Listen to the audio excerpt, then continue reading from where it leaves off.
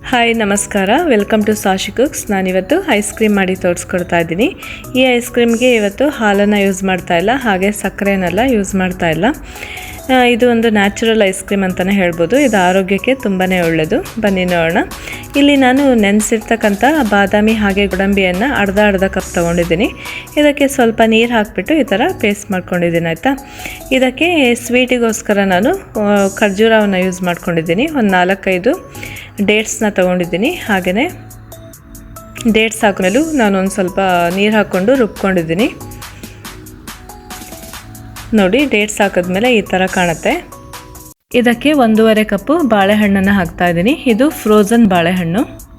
ಇದು ಫ್ರೀಝರಲ್ಲಿ ಇಟ್ಟಿದ್ದು, ನಿನ್ನೆ ಕಟ್ ಮಾಡಿ ಫ್ರೀಝರಲ್ಲಿ ಇಟ್ಟಿದ್ದೆ, ಅದನ್ನು ಯೂಸ್ ಮಾಡ್ಕೊಳ್ತಾ ಇದ್ದೀನಿ. ಹಾಗೆ ಅರ್ಧ ಟೀ ಸ್ಪೂನು ಏಲಕ್ಕಿ ಪುಡಿ ಹಾಕಿದ್ದೀನಿ.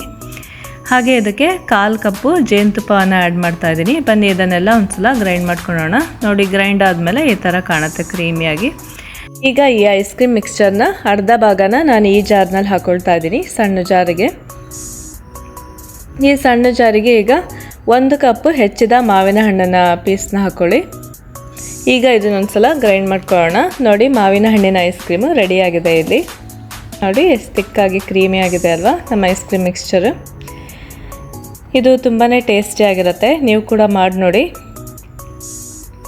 ನೋಡಿ, ಹೆಲ್ದಿಯಾಗಿ ನ್ಯಾಚುರಲ್ ಆಗಿ ನಾವು ಐಸ್ ಕ್ರೀಮ್ ಮಾಡ್ಕೋಬೋದು. ಈ ರೀತಿ ತುಂಬಾ ಹೆಲ್ದಿಯಾಗಿರುತ್ತೆ, ಮಕ್ಕಳಿಗೆ ಕೂಡ ಇಷ್ಟ ಆಗುತ್ತೆ. ಮಾಡಿ ನೋಡಿ ನೀವು ಒಂದ್ಸಲ.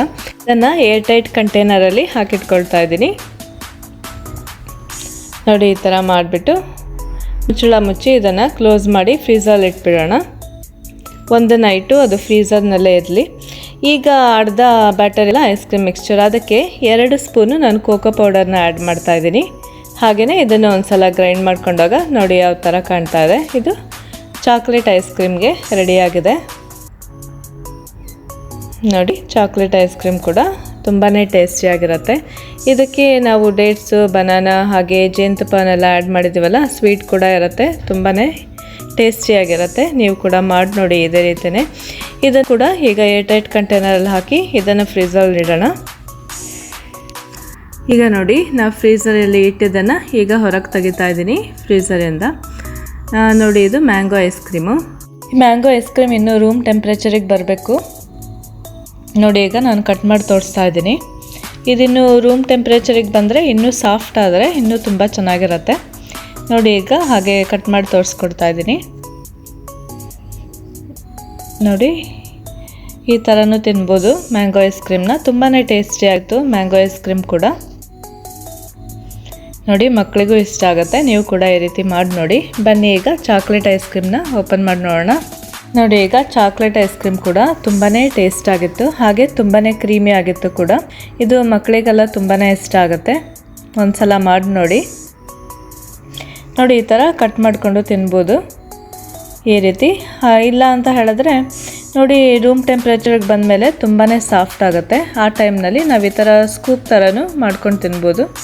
ನೋಡಿ, ಈ ಥರ ಸ್ಕೂಪಲ್ಲಿ ತೆಗೆದ್ಬಿಟ್ಟು ತಿನ್ನಲಿಕ್ಕೂ ತುಂಬಾ ಚೆನ್ನಾಗಿರುತ್ತೆ. ನೋಡಿ, ಇಲ್ಲಿ ಚಾಕ್ಲೇಟ್ ಐಸ್ ಕ್ರೀಮ್ ಹಾಕ್ಕೊಳ್ತಾ ಇದ್ದೀನಿ. ಅದೇ ರೀತಿ ಈಗ ಮಾವಿನ ಐಸ್ ಕ್ರೀಮ್ ಕೂಡ ಹಾಕ್ಕೊಳ್ತಾ ಇದ್ದೀನಿ. ನೋಡಿ, 2 ಐಸ್ ಕ್ರೀಮ್ ಕೂಡ ತುಂಬಾ ಟೇಸ್ಟಿಯಾಗಿ ಹಾಗೆ ಹೆಲ್ದಿ ಕೂಡ ಇದು. ನೀವು ಕೂಡ ಮನೆಯಲ್ಲಿ ಈ ರೀತಿ ಮಾಡಿ ನೋಡಿ. ಒಂದೇ ಐಸ್ ಕ್ರೀಮ್ ಬ್ಯಾಟರಲ್ಲಿ ನಾವು 2 ರೀತಿಯಾಗಿ ಮಾಡ್ಕೋಬೋದು. ನೀವು ಇದಕ್ಕೆ ಮ್ಯಾಂಗೋ ಚಾಕ್ಲೇಟ್ ಅಷ್ಟೇ ಅಲ್ಲ, ಬೇರೆ ಹಣ್ಣನ್ನು ಕೂಡ ಈ ಥರ ಯೂಸ್ ಮಾಡಿಕೊಂಡು ಮಾಡ್ಕೋಬೋದು ಅದೇ ಫ್ಲೇವರ್ನಲ್ಲೇ. ಓಕೆ, ತುಂಬಾ ಚೆನ್ನಾಗಿರುತ್ತೆ. ನೀವು ಕೂಡ ಟ್ರೈ ಮಾಡಿ ಮನೆಯಲ್ಲಿ. Okay, thanks for watching.